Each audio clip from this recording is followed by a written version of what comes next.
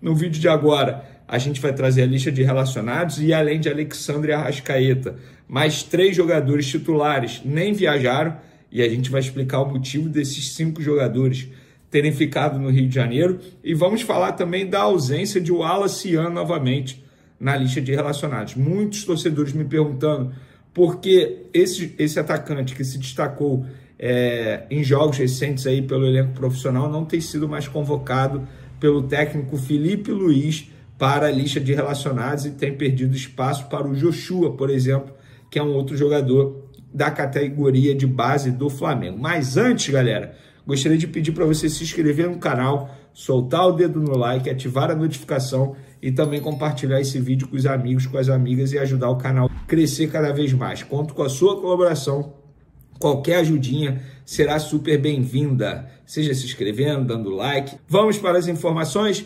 Antes de mais nada, tem uma nota oficial da Ferj. A Ferj indicando que vai mudar o regulamento do Campeonato Carioca nos próximos 2 anos. A Federação de Futebol do Estado do Rio de Janeiro informa que, logo ao fim do Campeonato Carioca 2025, debruçou-se sobre a realidade do futebol brasileiro e decidiu pela readequação do formato de disputa do estadual mais charmoso e visto do país. Desde lá, o presidente Rubens Lopes e membros do Conselho de Administração da Ferj debatem e desenham uma forma que proteja e valorize o futebol como um todo, do calendário ao topo e base da pirâmide. Paralelamente, a Ferj vem conversando com os outros clubes participantes da Série A para apresentar a proposta. Não houve reunião alguma na sede da entidade para tratar tal tema. Mais à frente, em momento oportuno, será realizado um conselho arbitral para decidir o regulamento do Campeonato Carioca de 2026 e 2027. Agora entendi o motivo dessa nota, porque o jornal Extra publicou que teve uma reunião e dizendo que o Flamengo sugeriu mudança no Campeonato Carioca, ou seja, dizendo que o Flamengo estava meio que pedindo para ter mudança no Campeonato Carioca para favorecer, entre aspas, o Flamengo. Agora entendi essa nota oficial da Ferj. A Ferj vem a público dizer que não teve a reunião com o Flamengo, não citou a matéria, mas agora entendi todo o contexto, mas disse que está ouvindo sim os clubes para melhorar o Campeonato Carioca. Eu acho que tem que melhorar sim o produto, eu acho que o regulamento de hoje não ajuda em nada, vou ser bem sincero. Eu sou apaixonado por Campeonato Carioca, estadual, cresci vendo o Campeonato Carioca, valorizando o Campeonato Carioca. Nossa, o gol do Rodrigo Mendes em 99 foi loucura, o gol do Pet em 2001 foi a loucura, em 2000 o Flamengo campeão em cima do Vasco também foi a loucura, 2004 os 3 gols do Jean em cima do Vasco também, comemorei bastante. Eu sou apaixonado pelo Campeonato Carioca, mas com o passar do tempo o Campeonato Carioca acabou desgastando muito mais os clubes, tendo em vista até que o estadual, o Carioca, não dá nem premiação em dinheiro, no caso, para o campeão da competição. Então, enfim, eu acho que tem que melhorar mesmo. Dito isso, galera, vamos falar aí da lista de relacionados do Flamengo para pegar o Botafogo da Paraíba. Alan, Ayrton Lucas, Bruno Henrique, Cleiton, Danilo, Diogo Alves, Eric Pulgar, Cebolinha, Everton Araújo, Varela, Gerson, João Vitor, Joshua, Juninho, Luiz Araújo, Léo Ortiz, Léo Nanete, Léo Pereira, Matheus Cunha, Matheus Gonçalves, Michael Plata e Wesley. Esses são os relacionados. E agora são 5 titulares que ficaram no Rio de Janeiro. A gente mencionou no vídeo anterior a Alexandre Arrascaeta. Esses 2 tiveram a confirmação antes mesmo do treino e após o treino, Rossi, De La Cruz e Pedro foram comunicados que não viajariam. Então, esses 5 ficam no Rio de Janeiro. Rossi, Alexandre, De La Cruz, Arrascaeta e Pedro. Por quê? E eu expliquei nas minhas publicações lá, tanto no Twitter quanto no Instagram, o motivo deles terem ficado no Rio de Janeiro. Não tem lesão, ninguém está com fadiga muscular, nada disso. Todos por controle de minutagem, levando em consideração o histórico de lesão. Tudo bem, Alexandre, ele vai para o 4º jogo seguido. Os 3 anteriores por conta do edema na coxa. Edema recuperado, tudo certo. E no jogo de agora, controle de minutagem, levando em consideração que ele voltou há pouco desse problema muscular, desse edema muscular. E para ser sincero, galera, eu achei até que deveria poupar mais gente. Por exemplo, eu não levaria o Gerson, eu não levaria o Léo Ortiz, que vem jogando aí O Léo Pereira foi preservado recentemente. Eu não levaria o Wesley, eu não levaria muitos jogadores. Eu acho que o foco tem que ser nos 2 próximos jogos, contra o Cruzeiro e contra o Central Córdoba pela Libertadores. Ah, Vene, mas beleza, eles podem ficar um pouco de... Até acho que será um time bem reserva que vai entrar como titular. Mas a viagem, se tem a oportunidade de deixar no Rio de Janeiro treinando, focando, se alimentando bem, a viagem em si, querendo ou não, acaba desgastando. Embora o Flamengo tenha toda a estrutura do mundo para estar tudo do bom, do melhor para os atletas. E o hotel lá em São Luís é de primeira linha também, alimentação top. Mas a gente sabe que a estrutura do CT a gente não encontra em lugar nenhum. Eu pouparia até mais jogadores. O Pulgar, por exemplo, eu não levaria. Enfim, eu pouparia. Inclusive, eu já até mencionei qual time eu escalaria, tá? Perdão, galera, para audiência rotativa aí. Matheus Cunha, Varela, Danilo, João Vitor, Alexandre, Ayrton Lucas, Alan, Pablo Lúcio, Matheus Gonçalves, Luiz Araújo, Plata e Michael. Esse seria o meu time titular. No segundo tempo, tiraria o Plata, tiraria o Luiz Araújo, tiraria o Michael, enfim, faria 5 mudanças aí, obviamente. Então, é isso. Esse seria o meu time. Achei até que poderia ter poupado mais, além desses 5 titulares que ficarão no Rio de Janeiro. Apuração de bastidor envolvendo o Alacian, jogador que se destacou recentemente, ele é do Sub-20, se destacou recentemente no elenco profissional, tem 9 jogos no elenco profissional, 4 gols e 2 assistências. Quando ele foi acionado pelo técnico Felipe Luiz, ele foi bem e, de repente, ele parou de ser relacionado. Por quê? O que aconteceu? E assim, vou explicar toda a apuração para vocês entenderem. Quando saiu a lista de relacionados, uma pessoa do Flamengo, eu vou até ler a mensagem certinha aqui, o que a pessoa me mandou. Ó, certinho. Vini, não sei se você viu a lista de relacionados. O Alacian não foi relacionado de novo. Eu tenho uma informação e vou te passar. No jogo do Flamengo contra o Cruzeiro pelo Brasileiro Sub-20, o Alacian e Joshua brigaram. Parece que chegaram a sair na mão mesmo. Foi o que me passaram, ó, por isso aí. Depois daquilo, Joshua continuou sendo relacionado para o profissional e o Alacian não. Aparentemente, então, a culpa foi do Wallace. Talvez seja por isso que o Felipe não esteja relacionando ele. Dá uma apurada. E aí, eu fui apurar no Flamengo. Quando eu fui apurar no Flamengo, lá no Flamengo me falaram o seguinte, eu vou ler exatamente o que a pessoa me falou e eu apurei com outras pessoas também que acabaram dizendo. Verê, procede. E o Alacian, depois disso, começou a treinar muito mal no Sub-20. Procede a briga, mas o motivo de ele não ser mais relacionado não é por conta da briga. É a forma como ele vem treinando mal no Sub-20, na nossa visão. Então, por meritocracia, o Felipe Luiz não tem mais o chamado. Então é isso.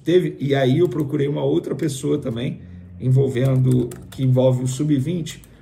E aí eu fui e perguntei, ó, mandei isso e tal, não sei o quê. A pessoa falou, ó, sinceramente não sei se chegaram às vias de fato. Me contaram que começou na brincadeira e acabou mal, que se estranharam. Ponto. É isso. E no entendimento da comissão técnica e da diretoria, ele vem treinando mal. Por mais que o jogador possa negar, dizer que é mentira, se ele fizer isso, de fato, eu não sei se ele vai fazer isso, ou se já fez, também não sei, nem quero saber, ele não pode dizer que ele está treinando bem. Isso é uma visão da chefia, no caso, da comissão técnica e da diretoria. Gente, não faz o menor sentido, o jogador está se destacando, de uma hora para outra ele parar de ser relacionado. Por quê? Se ele está treinando bem, o Felipe Luiz ia querer prejudicar a equipe dele? É óbvio que não, faz total sentido isso. E se ele acha que está treinando bem, que treine mais então, para poder chamar a atenção da comissão técnica, do Felipe Luiz, do treinador dele, o Nuno Campos, treinador do Sub-20. Então, essa é a apuração que a gente tem de bastidores envolvendo o Alacian, jogador que se destacou em jogos recentes e parou de ser relacionado pelo técnico Felipe Luiz. Bora falar agora sobre Jorge Jesus, formação exclusiva. Um dos atletas brasileiros que atuam no Al Hilal me contou que existe uma chance grande de JJ ser demitido a qualquer momento pelo time saudita. Tudo por causa da derrota que causou a eliminação do Al Hilal na semifinal da Champions Asiática na última terça-feira. O Al Hilal perdeu por 3-1 para o Al Ahly e o 3-1 acabou sendo pouco diante da enorme diferença entre os dois times. Como o Campeonato Saudita também praticamente foi para o espaço, a diferença hoje do Al Ittihad, que é o líder, para o Al Hilal é de 6 pontos a 5 rodadas do fim. É grande a chance de o poderoso time do Al Hilal do Jorge Jesus terminar a temporada sem qualquer título importante. Só para contar um bastidor que é absolutamente real, depois da eliminação para o Al-Ahly, jogadores receberam 2 dias de folga e foram avisados nas últimas horas de que essa folga seria prorrogada por mais um dia, ou seja, 3 dias de descanso. É que os dirigentes do Al Hilal pretendem utilizar essas 24, 48, 72 horas para demitirem o JJ e encontrarem um novo técnico, que terminaria a atual temporada e já iniciaria a preparação para o Super Mundial de Clubes. Se o JJ de fato cair, o caminho fica livre para a volta ao Brasil, mais especificamente para a seleção brasileira. Jorge Jesus nunca escondeu que seu sonho é trabalhar à frente da seleção nacional. Família rubro-negra, segura essa porque o Mengão tá prestes a invadir mais uma vez o Nordeste. E se engana quem pensa que é só mais um jogo fora do Rio. Não, meu parceiro, São Luís virou a verdadeira segunda casa do Flamengo em 2025. Depois de um início de temporada com um tour frustrado pelo Nordeste com o time sub-20, agora é o elenco principal que pisa de novo no Castelão e mais uma vez a torcida vai transformar o Maranhão num verdadeiro caldeirão rubro-negro. O adversário é o Botafogo PB pela Copa do Brasil, mas com o mando vendido, quem manda mesmo é o Flamengo. E sabe o que isso significa? Estádio lotado, grito de guerra, bandeira no alto e o povo do Maranhão mostrando que o amor pelo Mengão atravessa fronteiras. Segura essa emoção porque hoje a gente vai contar como São Luís se tornou um lar rubro-negro e porque essa quinta-feira tem tudo para ser mais uma noite histórica. Já deixa o like, se inscreve e bora viver esse momento juntos. São Luís não é mais apenas uma cidade que recebe o Flamengo.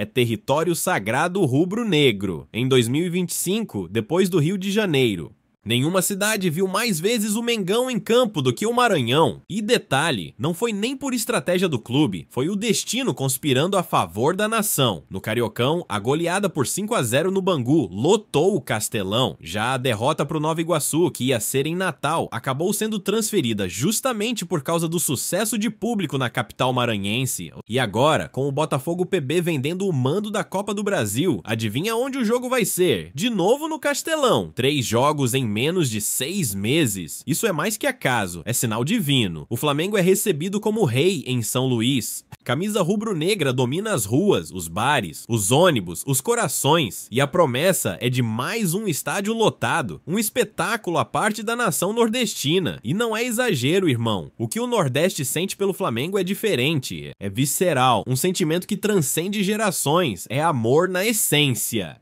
Como disse o torcedor Jefferson Pereira, já fui atrás do Flamengo no Rio, mas ver o time aqui na minha cidade 3 vezes em menos de 6 meses é uma honra gigante. E tem mais, o John Lennon, sim, esse é o nome do rubro-negro, raiz, já deixou claro. Se a gente lotou pra ver o Sub-20, imagina agora o time titular. E ele tá certo, no Maranhão não importa se é profissional, sub-20, sub-10 ou até jogo de peteca. Sendo Flamengo, a torcida comparece em peso. São Luís virou palco rubro-negro, é bandeira no alto, canto na garganta e o povo vestido de vermelho e preto vibrando com cada toque na bola. O Nordeste não é só apoio, é extensão da Gávea. Uma nação que faz o impossível para estar presente e agora, mais uma vez, promete dar show na arquibancada. Irmão, São Luís carrega a história com o Flamengo. Foram 22 partidas no Maranhão, com 13 vitórias, 5 empates e apenas 2 derrotas, uma delas com o time sub-20. Isso mostra o tamanho do respeito que o Mengão impõe quando pisa nesse solo, e tem torcedor que não perde um. O Alfredo Borges acompanha desde 1980 e garantiu presença no Castelão mais uma vez. O Flamengo só perdeu 2 vezes aqui, no mais é só alegria. E tem mais, Danilo Ferreira revive com orgulho o jogo de 2014 contra o Criciúma, quando o Mengão voltou à cidade após anos de ausência. Foi especial, era casa cheia, emoção do começo ao fim, contou o torcedor emocionado. Esse reencontro da nação com o time é mais que futebol, é afeto, é memória viva, é identidade. E não para por aí, em meio ao mês do reggae. No Maranhão, até o diretor do Museu do Reggae exaltou o rubro-negro. Flamengo é paixão até na música. Rapaziada, antes de continuar, se você ama o Mengão de verdade, precisa conhecer o e-book A Verdadeira História do Flamengo. É brabo demais, cheio de curiosidades e bastidores que ninguém nunca contou. O link tá fixado aí nos comentários. Clica depois do vídeo e mergulha na história mais insana do futebol brasileiro. Agora, voltando ao Castelão, sabia que ele também marcou a vida de um campeão com um manto? Márcio Araújo, aquele mesmo do título carioca de 2014 e 2017, é nascido em São Luís e guarda o estádio no coração. Foi lá que ele assistiu grandes craques da infância e anos depois teve o privilégio de jogar vestindo o manto sagrado. Hoje, aos 40 anos, continua na cidade e vai reencontrar o Flamengo de perto. Ele mesmo disse: "O Castelão tem uma parcela grande na minha carreira. É ou não é simbólico ver o Mengão voltando a brilhar nesse templo que também é berço de rubro-negros históricos?" E olha só, irmão, quinta-feira o Flamengo entra em campo mais uma vez com a chance de escrever mais um capítulo nessa história com São Luís. Dessa vez valendo Copa do Brasil, e apesar do mando ser do Botafogo PB, quem manda mesmo é o Mengão. A expectativa é de Castelão abarrotado, gritaria nas arquibancadas e aquele empurrão que só a nação sabe dar. E não é só pela vitória, não, é pela honra, pela paixão, pelo sentimento que arde no peito rubro-negro. Os caras que estão chegando no time sentem o peso de vestir essa camisa, vendo o tamanho da torcida em todos os cantos do país. E os que já são da casa sabem que não importa onde o Flamengo jogue, o Brasil inteiro é Gávea. São Luís virou vitrine de uma nação apaixonada, que canta alto, que vibra com o coração e que mais uma vez vai mostrar por que somos diferentes. Quinta é dia de lotar, gritar e mostrar. Flamengo é em casa, em qualquer lugar. Então é isso, nação. Quinta-feira é mais um capítulo dessa história de amor entre o Flamengo e o Maranhão. Não importa quem esteja do outro lado, onde é o mando de campo ou se é Copa do Brasil. Quando o Mengão entra em campo, a arquibancada vira um espetáculo à parte. São Luís vai tremer mais uma vez com o vermelho e preto dominando tudo. E se você sentiu essa energia com a gente aqui no vídeo, já sabe o que fazer, né? Deixa aquele like maroto, se inscreve no canal se ainda não for inscrito e ativa o sino da notificação para não perder nada. Ah, e comenta aí, qual foi o jogo do Flamengo mais marcante que você já viveu? Quero ler sua história nos comentários. E lembra, o link pro e-book A Verdadeira História do Flamengo tá fixado aí embaixo. Clica depois do vídeo e garante o seu. Tamo junto, nação! Aqui é Flamengo até o fim, vamos com tudo pra cima na Copa do Brasil.